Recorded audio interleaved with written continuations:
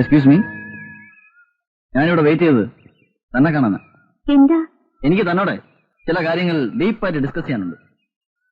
Serious matter ആകുമ്പോഴേ വീട്ടിൽ വെച്ചൊന്നും പറയാൻ ഒക്കത്തില്ല. ആ തള്ള വലിയ പ്രോബ്ലം ആണ്. വന്നേ, നമ്മുടെ മാരേജിന് ഏറ്റവും കൂടുതൽ എതിർപ്പുണ്ടാവുന്നത് മതത്തിന്റെ പേരിലായിരിക്കും. ഇപ്പോൾ എവിടെയും അതാണല്ലോ പ്രശ്നം.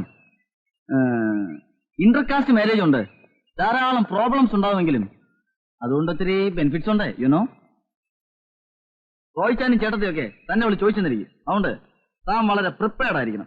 എന്താ ഈ പറയുന്ന? മാരേജോ? അതൊക്കെ സ്വയം അങ്ങോട്ട് തീരുമാനിച്ചാൽ മതിയോ? നിക്ക്, നമ്മുടെ ഫ്യൂച്ചറിനെ കുറിച്ച് എന്റെ മനസ്സിൽ ചില മാസ്റ്റർ പ്ലാൻസ് ഒക്കെ ഉണ്ട്. അതൊന്നും ഇവിടെ വെച്ച് അത്ര ഡീറ്റെയിൽ ആയിട്ട് പറയാൻ ഒക്കത്തില്ല. അതുകൊണ്ട് താൻ നാളെ 3:30 ഹോട്ട്സ്പോട്ടിൽ വന്നു. അയ്യോ, ഞാൻ വരില്ല. എന്നാ അങ്ങനെ പറഞ്ഞ് പഠിച്ചേക്കല്ലേ. I will wait there, you must come. ഞാൻ അന്നേ പറഞ്ഞതാ അവനെ ഇവിടെ നിർത്തണ്ടെന്ന്. ഇതുപോലുള്ള ചുറ്റിക്കളിയൊക്കെ അവന്റെ കയ്യിലുള്ളത്. ആ പെണ്ണിനെ കുറ്റം പറഞ്ഞിട്ട് കാര്യമില്ല. അവൻ ഇവിടെ ആദ്യം വന്നപ്പോഴേ അവളെ കണ്ടു കാണും. അല്ലെങ്കിൽ ഞാനുള്ളപ്പോ ഹോസ്റ്റലിൽ നിന്ന് കെട്ടി അവൻ ഇങ്ങോട്ട് വരത്തില്ലെന്ന് എനിക്കറിയാം. എനിക്കതൊന്നും അല്ലാന്നേ. വെറുതെ നന്നായിട്ടിരിക്കുന്ന ആൾക്കാർ തമ്മിൽ മുഷിയേണ്ടി വരുമല്ലോ എന്ന് ഓർക്കുമ്പോഴാ. ഇങ്ങനെയായ മുഷിയേണ്ടി വരും. അവനെ ഇവിടെ നിർത്തിയാൽ ശ്രീദേവിയായിട്ട് മാത്രമല്ല ഈ കോളനിയിലുള്ള എല്ലാവരുമായിട്ടും മുഷിയേണ്ടി വരും. ഞാൻ ഇങ്ങനെയൊന്നും വിചാരിച്ചതല്ല. അവനെ ഹോസ്റ്റലിലേക്ക് അയക്കുന്നതാ നല്ലത്. അവളെ എത്രയും വേഗം ഹോസ്റ്റലിലേക്ക് മാറ്റണം. ഇനി ഇവിടെ നിർത്തണ്ട. ശ്രീലക്ഷ്മി റെനിയോട് മിണ്ടാനൊന്നും പോവാറില്ല. ഓരോന്ന് പറഞ്ഞ് അവൻ അവിടെ പുറകെ നടക്കുന്നത്. ശരിയായിരിക്കാൻ. പെമ്പിള്ളാരുടെ മനസ്സല്ലേ, മാറിക്കൂടാന്നില്ലല്ലോ. അവളെ ഇവിടെ കൊണ്ടുവരുത്തി ഇങ്ങനെയുള്ള അഫെക്ഷനൊക്കെ ഉണ്ടായാൽ പിന്നെ നമ്മളെ സമാധാനം പറയേണ്ടത്. പെട്ടെന്ന് എന്തിനാ ഹോസ്റ്റലിലേക്ക് മാറ്റിയതെന്ന് ചോദിച്ചാ വീട്ടിൽ എന്ത് പറയും? അത് അവളോട് പറഞ്ഞാൽ മതി. പഠിക്കാനേ സൗകര്യം ഹോസ്റ്റലാണെന്ന് പറയാൻ. നീ കിടക്കാൻ നോക്ക്.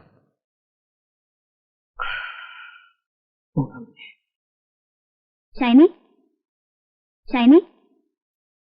ആ നീ ഇതെങ്ങോട്ടാ? ഞാനൊന്ന് വീട് വരെ പോവാ. അതിന് എത്ര പെട്ടെന്ന്? കുറച്ചു ദിവസമായാലും വീട്ടിൽ പോയിട്ട് അച്ഛനെ ഒന്ന് കണ്ടിട്ട് വരാൻ വിചാരിച്ചു. ശ്രീലക്ഷ്മി ഞാൻ കൊണ്ടുപോവാ. ആ പിന്നെ എന്നാ, രാജേട്ടൻ ഭക്ഷണക്കാര്യത്തിൽ അല്പം നിർബന്ധമുള്ള ആളാണെന്ന് അറിയാമല്ലോ. കാർത്തിയനമ്മ എന്തൊക്കെ ഉണ്ടാക്കി കൊടുക്കുവാവോ. നീ ഒന്ന് ശ്രദ്ധിച്ചോണേ. റെനി കാരണം നിങ്ങൾക്ക് ബുദ്ധിമുട്ടായല്ലേ? ഓ, അതൊന്നും സാരമില്ലല്ലേ. നീ എപ്പോഴാ മടങ്ങുന്നേ? 2 ദിവസത്തിനുള്ളിൽ എത്തും.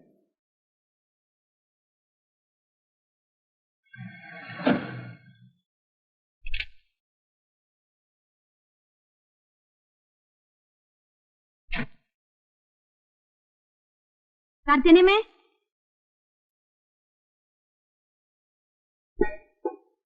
കാർത്തിയനമ്മ എന്നെ കൊണ്ടാക്കി വെച്ചിരിക്കുന്നാവോ? ഷൈനി എന്താ പനെ? ഷൈനിയോടെ മോളി പോയിരിക്ക. ആ ശ്രീദേവി വന്നോ? ഇല്ല, രാജു സാറുണ്ടല്ലോ. അത് ശരി. അവളെ വിളിക്ക്. വിളിക്കാം.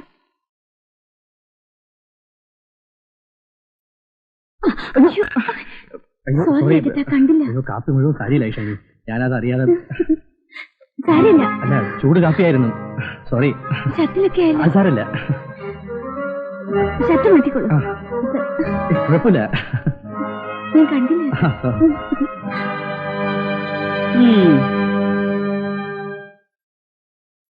ഒരു കാപ്പി എടുക്ക്. അവളെന്തി? എങ്ങനെ വരാനാ? എന്തു പറ്റി? പറ്റാതെ സൂക്ഷിക്കണം, എനിക്ക് അത്രേ പറയാണു. എന്തെങ്കിലും കണ്ട അന്നടച്ച് നടക്കാൻ എന്നെ കൊണ്ട് പറ്റത്തില്ല. എന്നാ കാര്യം? ശ്രീദേവി അവിടെ ഇല്ല. രാജസാർ മാത്രമുള്ളപ്പോ ഷൈനി കുഞ്ഞ് അവിടെ പോകുന്നത് എന്നത്തിനാ? ഞങ്ങളും കെട്ടിയോനും കുടുംബമൊക്കെ ആയിട്ട് ജീവിച്ചിട്ടുള്ളവരാ. എന്നാ ഉണ്ടായെന്നാ? ഞാൻ മോളിൽ കയറി ചെല്ലുമ്പോ കാപ്പി കുടിപ്പിക്കലും നേര് മറിഞ്ഞു വീഴലും തുടച്ചു കൊടുക്കലും. എന്റെ കർത്താവെ, എനിക്കൊന്നും പറയാൻ മേല. നമ്മളെപ്പോലുള്ള കുടുംബക്കാർക്ക് ചേർന്ന പണിയാ ഇത്. കുറച്ച് നേരത്തെ പറയണമെന്ന് വിചാരിച്ചതാ. എന്റെ അപ്പം പണ്ട് പറയാറുണ്ട്, സ്വന്തം ആങ്ങളെയും പെങ്ങളാണെങ്കിലും ഒരു പരിധി വിട്ട് അടുക്കരുതെന്ന്. റോയ് കുഞ്ഞ് ആളൊരു ശുദ്ധനാ. മോൻ ഷൈനി കുഞ്ഞിനൊന്നും നിയന്ത്രിക്കണം. കർത്താവിശ്വാസിയായാണ്. ഇല്ലാത്തതൊന്നും ഞാൻ പറയത്തില്ല.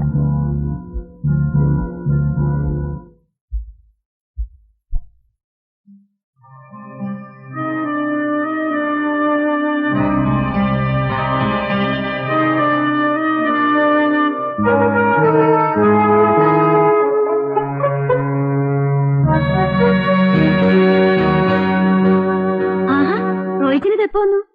എന്നെന്താ വിളിക്കാഞ്ഞേ? റോഹിച്ചിനെ തന്നെ വല്ലാതിരിക്കുന്നേ? സുഖല്ലേ? അയ്യോ, അതല്ലേ രസം. കാർത്തിയാനിയമ്മ അത്താഴത്തിന് എന്നെ ഉണ്ടാക്കി വെച്ചിരിക്കുന്നു നോക്കാൻ ചെന്നപ്പോ രാജേട്ടനായിട്ടൊന്ന് ക്ലാഷായി. പുള്ളിക്കാരന്റെ കയ്യിലിരുന്ന കാപ്പി തെറിച്ച് എന്റെ സാരിയിലൊക്കെ വീണു. ഓഫീസിൽ നിന്ന് വന്നപ്പോ മുതൽ ഒരു കപ്പ് കാപ്പിക്ക് വേണ്ടി ഞാൻ കാത്തിരിക്കുക. ഇതിനിവിടെ കത്രീന ചേർത്തില്ലായിരുന്നോ? എന്നാ പിന്നെ എല്ലാ കാര്യത്തിലും അവരെ വിളിച്ചാൽ മതിയല്ലോ. അയ്യോ കർത്താവേ, എന്നാ പറ്റി റോഹിച്ചിന്?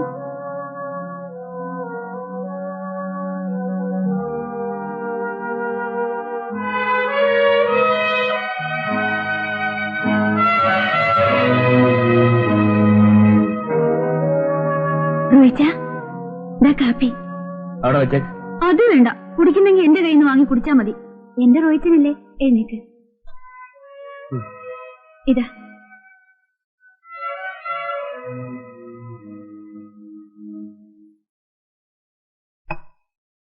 അതെ റോഹിച്ച, ആ കാർത്തിയാണിയും എന്തോ പച്ചക്കറികൾ ഉണ്ടാക്കി വെച്ചിരിക്കുന്നത്. നമുക്ക് രാജേട്ടനെ ചോറിന് എങ്ങോട്ട് വിളിച്ചാലോ? വേണ്ട, അവിടെ കാർത്തിയാനിയമ്മയില്ലേ, അവരുണ്ടാക്കി കൊടുത്തോളൂ. എന്നാ വാ, നമുക്ക് കഴിക്കാം. എനിക്ക് വേണ്ട. എന്നാ പറ്റി റോഹിച്ചിന്? എന്നതാന്ന് വെച്ചാ പറയുന്നേ. എനിക്ക് നേരത്തെ കിടന്ന് ഉറങ്ങണം. അങ്ങനെ ഇപ്പൊ നേരത്തെ കിടന്ന് ഉറങ്ങണ്ട ചുമ്മാരി.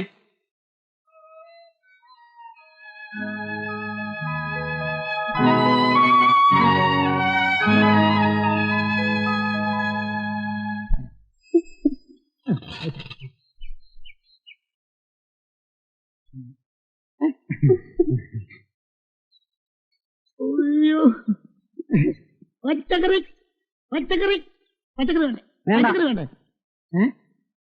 വേണ്ടടോ. അതിനെ വേണ്ടാത്ത. തന്നോട് മേടിച്ചാലേ 2 സെന്റ് സ്ഥലം എഴുതി കൊടുക്കണം. എന്നാ 2 സെന്റ് സ്ഥലം ചെയ്താ? പാലക്കാട് വന്നപ്പോ ഞങ്ങൾ കുറെ കൊണ്ടുവന്നു. അതങ്ങ് പാലക്കാട്. ഈയിടെയായിട്ട് മോളത്തെ പാർട്ടി പച്ചക്കറികളൊന്നും വാങ്ങുന്നില്ലല്ലോ. താഴത്തെ പാട്ട് മോളത്തെ പാർട്ടിക്ക് നോൺ വെജിറ്റേറിയൻ മതി. ഒരുമാതിരി ആക്കണ വർത്താനം പറയുന്നത് കേട്ടോ. ഏതോ ഞാൻ ഈ വണ്ടി തള്ളിക്കൊണ്ട് നടക്കുന്നുവെങ്കിലും ഈ കോളനിൽ എന്ത് നടക്കുന്നു എന്നുള്ള വിവരം ഞാൻ അറിയും.